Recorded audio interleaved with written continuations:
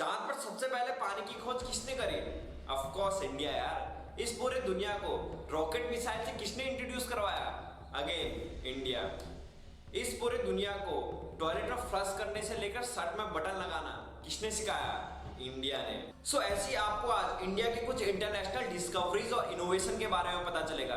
सो अगर आप एक इंडियन हो सो ये वीडियो आपके लिए बहुत ही ज्यादा इंपॉर्टेंट है, क्योंकि एटलीस्ट इतना तो सबको पता ही होना चाहिए। सो आई प्रॉमिस इस वीडियो को देखने के बाद आपको इंडिया में और भी ज्यादा प्राउड फील होने वाला है। सो मेरे साथ बने रहे इस वीडियो के लास्ट तक। Clothing the world. जी हाँ दोस्तों, आपने बिल्कुल सही सुना। जो आज हम कॉटन के कपड़े पहनते हैं ये इंडिया की ही देन है। 4 to 5 सेंचुरी बीसी में यूनानियों को ये तक पता नहीं था कि कॉटन आखिर होता क्या है। सो उस टाइम में इंडियन से कॉटन के कपड़े पहनने लग गए थे। और जब सिकंदर इंडिया आ रहा था तभी उन्होंने इंडिया से कॉटन के कपड़े पहनना सीखा। उससे पहले वो जानवरों की खाल पहनते थे। और इंडिया में तो ईसाई युग से ही सैकड़ों साल पहले भारत में सूती वस्त्र बुनने लग गए थे। और आज तो सबको ही पता है कि कॉटन के कपड़े हमारे लिए कितने ज्यादा इंपॉर्टेंट है। Radio wireless communication. जी हाँ दोस्तों, वायरलेस कम्युनिकेशन भी इंडिया की देन है, जो आज हर कोई यूज करता है। वायरलेस कम्युनिकेशन यानी रेडियो का सबसे पहला public demonstration the great scientist Jagadish Chandra Bose ने किया था। और इनको आज फादर ऑफ वायरलेस कम्युनिकेशन भी कहा जाता है। पर यहाँ पर एक इंटरेस्टिंग थ्योरी निकल के आती है। आपको काफी जगह मिल जाएगा कि रेडियो का फर्स्ट डेमोन्स्ट्रेशन इंग्लैंड के मार्कोनी ने किया था। पर मैं आपको बता दूं, रेडियो का फर्स्ट पब्लिक डेमोन्स्ट्रेशन 1895 में जगदीश चंद्र बोस ने किया था। और यही सेम डेमोन्स्ट्रेशन 2 साल बाद मार्कोनी ने अपने देश में किया। पर यहाँ पर जगदीश चंद्र बोस से एक गलती हो गई। जगदीश चंद्र बोस ने इसका पेटेंट नहीं लिया। पेटेंट मतलब जैसे आपने कोई नई चीज बनाई है और फिर आपने कहा है कि ये मैंने इन्वेंट करी है, फिर इसकी ऑनरशिप आपको मिल जाएगी। सो यही मार्कोनी ने 2 साल बाद उसी समय अप्लाई कर दिया था पेटेंट के लिए। और फिर रेडियो की ओनरशिप यानी ये चीज मैंने डिस्कवर करी है ये मार्कोनी ने ली। But Jagadish Chandra Bose still known as father of wireless communication. Surgery and plastic surgery and cataract surgery. जी हाँ दोस्तों, इस पूरे दुनिया को सर्जरी करना किसने सिखाया? इंडिया ने। जो आज फॉरेन कंट्रीज 21st सेंचुरी में कर रहे हैं वो हम 2000 साल पहले करते थे, और वो भी पूरे सक्सेसफुल तरीके से। सो इसका श्रेय जाता है the great Indian surgeon Sushruta ji को।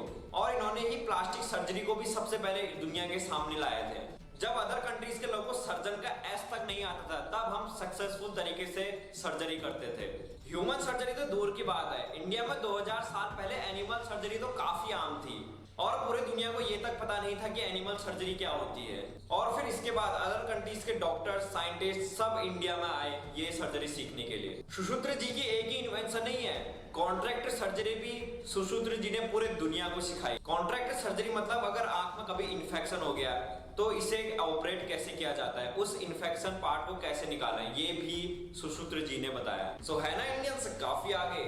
और आज भी कॉन्ट्रैक्ट सर्जरी पूरे मेडिकल हिस्ट्री में सबसे डिफिकल्ट मानी जाती है, पर इंडियंस तो इस चीज में माहिर थे। इंडिया को ऐसे ही विश्व गुरु थोड़ी ना कहा जाता है, नहीं तो हमने अदर कंट्रीज को नहीं कहा। इंडिया में कुछ तो बात है ना। सो आप ऐसे ही मेरे साथ इस वीडियो में बने रहिए, अभी तो बहुत कुछ बाकी है।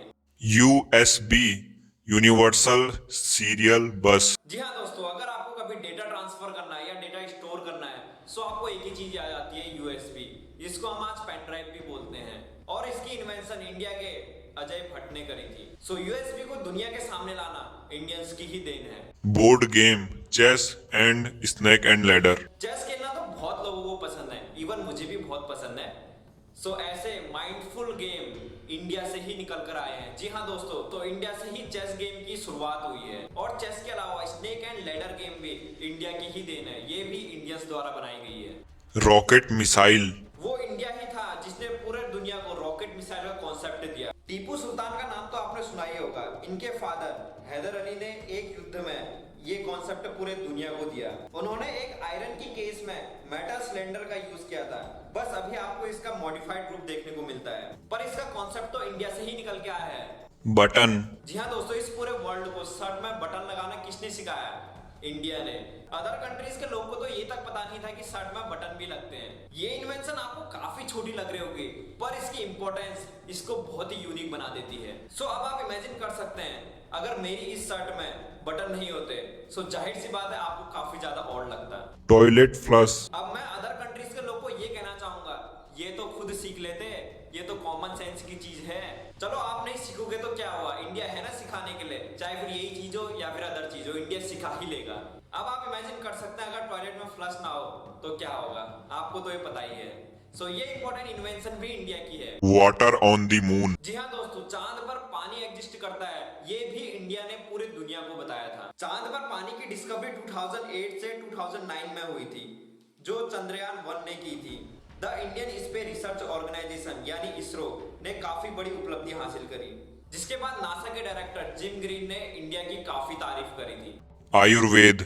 आज आपको तो ये पता ही है कि आयुर्वेद हमारे लिए कितना इंपॉर्टेंट है। आयुर्वेदिक मेडिसिन ने कितनी सारी बीमारी को क्योर किया है जो एलोपैथी दवाई नहीं कर पाती हैं। आज आयुर्वेद को हर कोई अपना रहा है, चाहे फिर वो फॉरेन कंट्रीज के लोग हो चाहे फिर इंडियंस हो। आयुर्वेद हमारे लाइफ का पार्ट बनता जा रहा है। Yoga.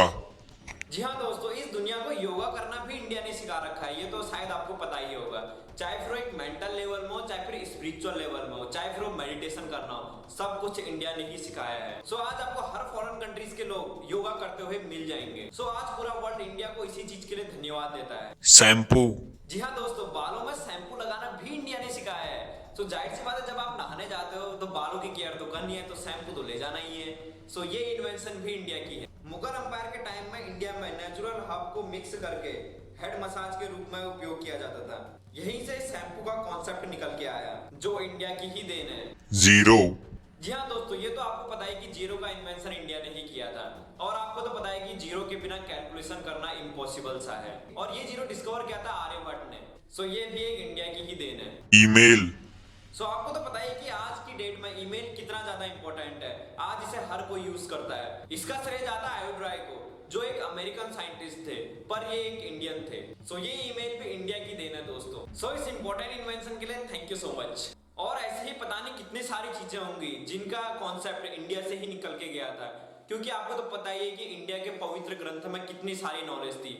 अंग्रेज लोग यहाँ से इन पवित्र ग्रंथ की नॉलेज चोर कर ले गए थे। अब ये तो आप लोग को पता ही है। सो उनका डेटा तो हमारे पास है ही नहीं, पर इसके बाद भी इंडिया ने इतनी सारी डिस्कवरीज करी हैं। सो आज इन इंपॉर्टेंट डिस्कवरी के बारे में अदर कंट्रीज के लोगों को तो आज ये कहना ही पड़ेगा। We will always be thankful to India for all these discoveries and innovation. Thank you so much, India. सो ऐसी